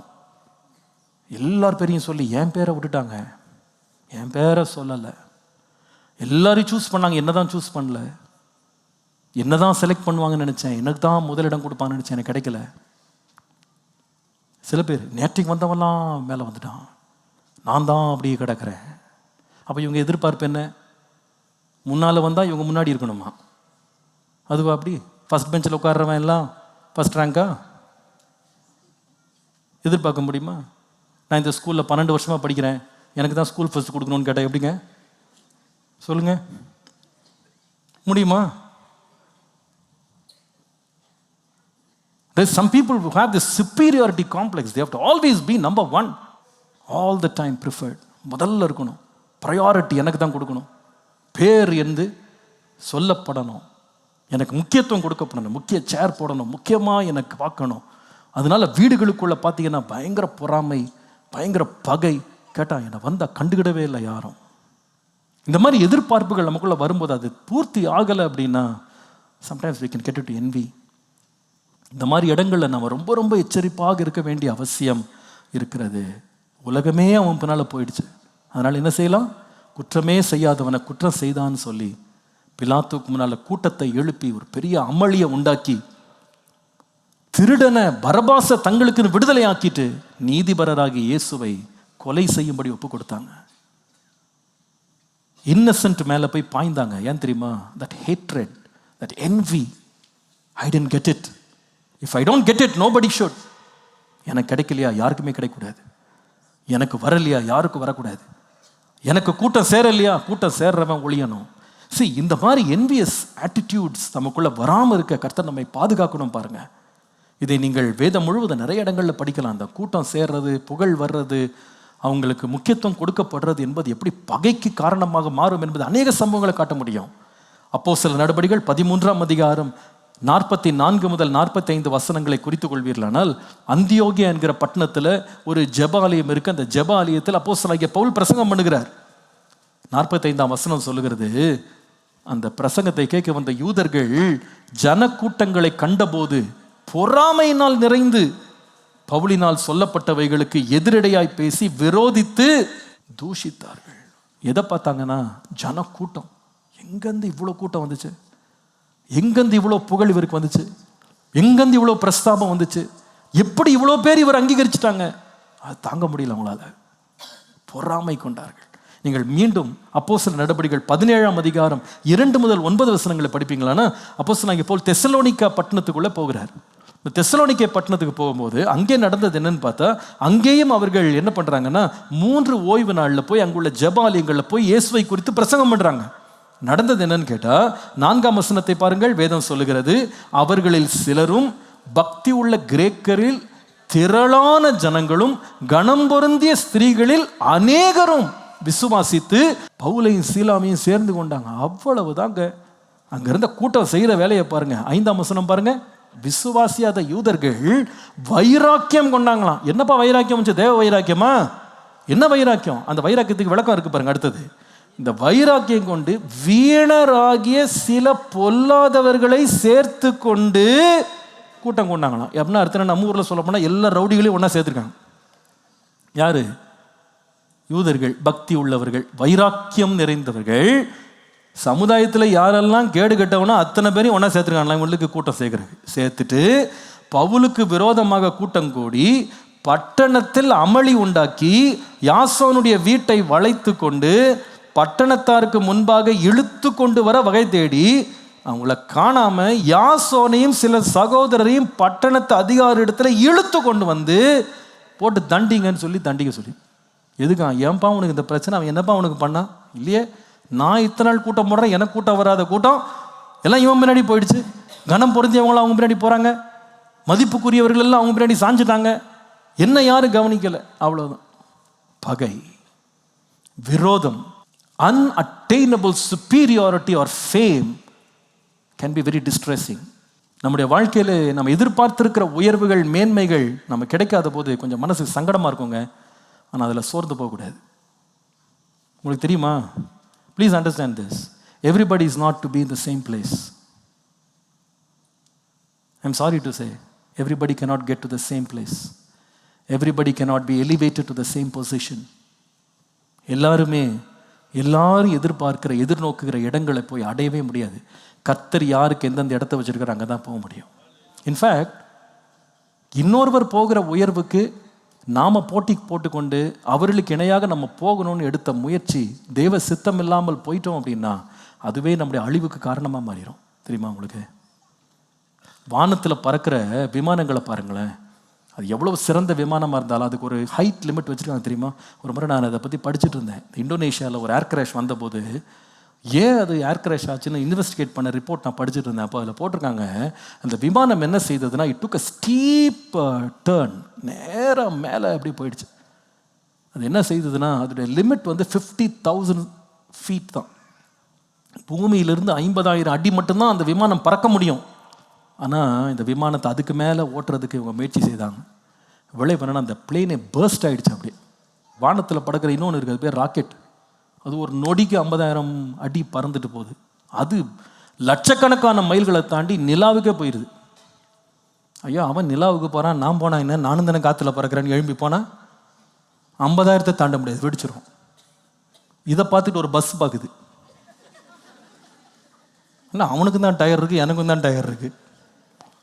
நான் காலமெல்லாம் ரோட்லேயே தான் ஓட்டிக்கிட்டு இருக்கேன், நான் பறக்கிறேன்னு சொல்லி ஒரு அடி பறந்து பார்க்கட்டுமே, உள்ளே இருக்கிறவன் நிலைமை என்ன? எல்லாத்துக்கும் ஒரு அளவு ஆர்டர் ஃபிக்ஸ் பண்ணிட்டார். இவ்வளோதான். நீ 50 பேர் ஏற்றிட்டு போகலாம், 100 பேர் ஏற்றிட்டு போகலாம், 500 பேர் ஏற்றிட்டு போகலாம். தேர்ஸ் எ லிமிட்ப்பா. உனக்கு அதுக்கு மேலே ஹேண்டில் பண்ண முடியாது. சில பேருடைய பிரச்சனை என்னென்னா, யாராவது ஒருத்தர் உயர்த்தப்படுறாங்களா, மேன்மையாடுறாங்களா, நாங்கள் உட்காந்துடணும். கற்பனை நல்லா தான் இருக்குப்பா, உன்னால் முடியாது அது. Because you not cut out for that. So many times you don't get every thing what everybody is getting. இங்கே பாருங்கள், நான் அடிக்கடி சொல்கிற உதாரணம் தான் இது. என்னது இது? ஒரு கப்பு. இந்த கப்புக்குள்ளே என்ன இருக்குது? பரவாயில்ல, கரெக்டாக சொன்னீங்க, தண்ணி தான் இருக்குது. சில பேருக்கு ரொம்ப நாளாக சந்தேகம், பாஸ்ட்டு காப்பியாக குடிச்சிக்கிட்டு இருக்காரு. தண்ணி தான், கவலைப்படாது. ஸோ இதில் தண்ணி இருக்குது. எவ்வளோ தண்ணி இருக்குது இதில்? மிஞ்சி போனால் ஒரு 100 ml இருக்குமா? 100 ml வாட்டர் இருக்குது. இப்போ இந்த கப்பு இங்கே இந்த ஸ்டேஜ் மேலே உட்காந்து என்ன கௌரவமாக உட்காந்துருக்கு பாருங்கள். சர்ச்சு பேரை வேற போட்டு கேமராலி தான் தெரியுது. அதுக்கு என்ன கௌரவம், என்ன அந்தஸ்து. ஆனால் 100 ml தான் பிடிக்கும். இப்போ இந்த தண்ணி எங்கேருந்து வந்துச்சுன்னா, உள்ள ஒரு கெட்டில் வச்சுருக்காங்க. அந்த கெட்டில் 1 லிட்டர் தண்ணி பிடிக்கும். அதை சூடு பண்ணி எனக்கு அப்பப்போ சுட தண்ணி கொடுத்துட்டே இருப்பான். இப்போ அந்த கெட்டில் யோசிக்குது, சூடு பண்ணுறது நான், நீ ஸ்டேஜில் ஏறி எல்லாத்தையும் பேர் வாங்கறதா? நான் வரேன் பாரு ஸ்டேஜுக்குன்னு வந்தா என் வாய் என்னதுக்காக? இப்போ இந்த கெட்டிலுக்குள்ள 1 லிட்டர் தண்ணி எப்படி வந்துச்சுன்னா, அங்கே உள்ள ஒரு 25 லிட்டர் கேன் ஒன்று இருக்குது. அது யோசிக்குது, நான் ரோடெல்லாம் வண்டியாக ஏறி வந்து ரோட்டில் உருண்டு உனக்கு தண்ணியை கொடுத்தா என்னை முகத்தையே காட்ட மாட்டேங்கிற, அடுத்த வாரம் நான் தான் பாஸ்டர் பக்கத்தில் உட்காருவேன் அப்படின்னு அது ஸ்டேஜ் மேலே ஏறி உட்காந்தா நான் தண்ணி குடிக்க முடியுமாங்க? 3மே அவசியம்தான். இந்த கப்பும் தேவை தான், அந்த 1 லிட்டர் கெட்டிலும் தேவை தான், 25 லிட்டர் கேனும் தேவை தான். ஆனால் எங்கெங்கே இருக்கணுமோ அங்கங்கே தான் இருக்கணும். இந்த கப்பு புல்பிட் மேலே இருக்குது, அதுக்கு அது கொடுத்த இடம், அந்த இடத்துல இருக்கிறது இதுக்கு மரியாதை. ஆனால் இந்த கெட்டில் பார்த்தீங்கன்னா காலமெல்லாம் ஒரு டேபிள் மேலே தான் உட்காந்துருக்கு. ஆனால் அந்த 25 லிட்டர் சுமந்துக்கிட்டு இருக்க தரையிலே தான் இருக்குது. யாரும் தூக்க கூட மாட்டேங்கிறான். யாரை கேட்டாலும் நான் தூக்க முடியாது பதா, இடுப்பு வலி எனக்கு, யார் வேணாலும் சொல்லிடுறான். யார் தொட மாட்டேங்கிறான். அதுக்காக அது வீணுன்னு சொல்லிடலாமா? இல்லை, அது நியமிக்கப்பட்ட இடம் அதுதான்ப்பா.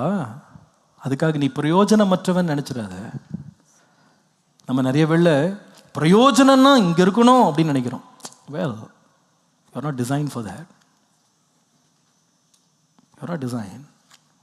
நம்ம கர்த்தர்கிட்ட ஜெபம் பண்ணுறது தப்பு இல்லை. தேவனே என்னை ஆசீர்வதியும், என் எல்லையை பெரிதாக்கும், ஜெபம் பண்ணுறது தப்பே இல்லை. ஆனால் உயர்வை கர்த்தர்கிட்ட விட்டுறணும். ஹல்லேலூயா. வேதம் சொல்ல, தன்னைத்தான் உயர்த்துகிறவன் எவனும் தாழ்த்தப்படுவான். உயர்வு கர்த்தர்கிட்ட தான் வரணுமே தவிர நம்மகிட்ட வரக்கூடாது. நிறைய பேர் ஆசை இருக்கலாம், கற்பனை இருக்கலாம், கர்த்தருடைய கரத்தில் இருக்கணும், மறந்துடக்கூடாது. அந்த கரம் தான் நம்மை உயர்த்தும். ஹல்லேலூயா. அவர் உயர்த்துவார், ஆனால் அது நமக்கும் மகிமையாக இருக்கும், கர்த்தருக்கும் மகிமையாக இருக்கும். ஹல்லேலூயா. ஆனால் ஒன்றை மறந்துடாதீங்க, அநேக வழியில் நம்ம வாழ்க்கையில் சில உயர்வுகளை நாம் எட்ட முடியாது. You cannot. கர்த்தர் நமக்குன்னு ஒரு அளவை வச்சிருக்கிறார். அவன் தான் அழைக்கப்பட்ட அழைப்பிலே நிலைத்திருக்க கடவன். அழைக்கப்பட்ட அழைப்பிற்கு மிஞ்சி ஒருவனும் சிந்தியாதிருப்பானாக.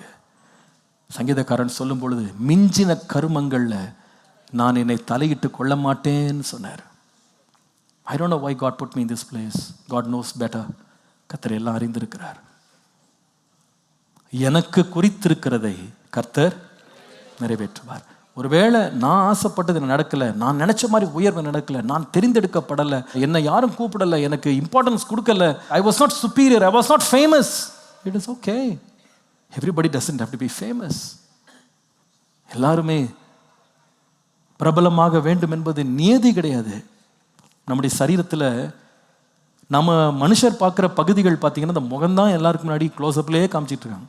ஆனால் இந்த முகத்தை விட ரொம்ப முக்கியமான பகுதிகள் ஒரு நாளும் கண்ணில் பார்க்காம மறைஞ்சிருக்கு. உள்ள ஒரு மூளை இருக்குது. அந்த மூளை மட்டும் வேலை செய்யலைன்னா இந்த முகத்தை வச்சு ஒன்றும் பண்ண முடியாது.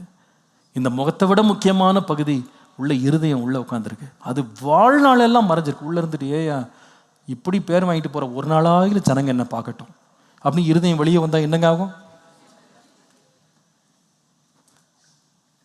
மூளை உள்ளேருந்து லைட்டாக எட்டி பார்க்கலாம், எப்படி இருக்குது உலகம், என்னையே எல்லாரும் பார்க்கட்டும், நான் தாங்க இவர் அப்படிலாம் இயக்குறேன் அப்படின்னு உள்ளே வெளியே எட்டி பார்த்துன்னா அடுத்த நிமிஷம் உயிரோடு இருக்க முடியும்? இருக்க முடியாது. அது உள்ளே தான் இருக்கணும்னு கர்த்தர் வச்சிருக்கிறாரு. அதற்காக அது அவசியமல்ல என்று நினைக்கக்கூடாது. ஒவ்வொரு உறுப்பையும் தேவன் ஒவ்வொரு இடத்திலே அவருடைய திட்டத்தின்படி தேவன் வைத்திருக்கிறார். எல்லாமே பிரயோஜனம் உள்ளது, எல்லாமே கர்த்தர் நேசிக்கிறார். ஆண்டவரே, இன்னொருவன் நான் எட்ட முடியாத ஒரு உயரத்துக்கு எழும்பும்போது, அவன் புகழ்ச்சிக்கு எழும்பும்போது அதை கண்டு நான் பொறாமை கொள்ளாமல், பகையை வளர்த்து கொள்ளாமல் என் இருதயத்தை காத்துக்கொள்ள எனக்கு கிருபை தாரும். தீத்து 3:3-4 அப்போஸ்தலனாகிய பவுல் சொல்லுகிறத சினாப்சிஸ் மாதிரி சொல்கிறாரு. எப்பா, இந்த பகை, இந்த பொறாமை இதெல்லாம் இயேசுவை அறிவதற்கு முன்னால் நீங்கள் வச்சுருந்தீங்க. இப்பொழுதோ பரிசுத்த ஆவியினாலே உங்களுக்கு உண்டான மறுரூபத்தினால, நீங்கள் மறு ஜென்மம் முழுக்கினால அதுலேருந்து நீங்கள் வெளியே வந்துடுங்க. இன்னும் பழைய ஆள் மாதிரி இருக்காதீங்க. பழைய மனுஷனை எல்லாம் களைஞ்சு போட்டுருங்க, அதை சிலுவையில் அரைஞ்சிருங்க. திருப்பி திருப்பி அந்த பகையில் பொறாமையிலே வாழாதீங்க என்று சொல்லுவார்.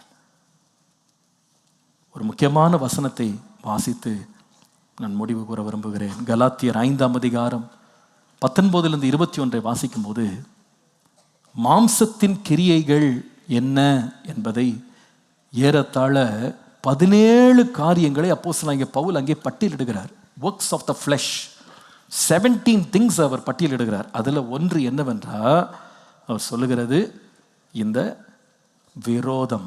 20ஆம் வசனத்தில் விரோதம், 21ஆம் வசனத்தில் பொறாமை, அதில் 21 ரொம்ப முக்கியமான வார்த்தைங்க, எல்லாரும் வாசிக்க வேண்டிய ஒரு பகுதி. இந்த பொறாமையை பற்றி, இந்த விரோதத்தை பற்றி, இந்த பகையை பற்றி ஒரு செய்தி ஃபுல்லாக கொடுக்க வேண்டிய அவசியம் என்ன?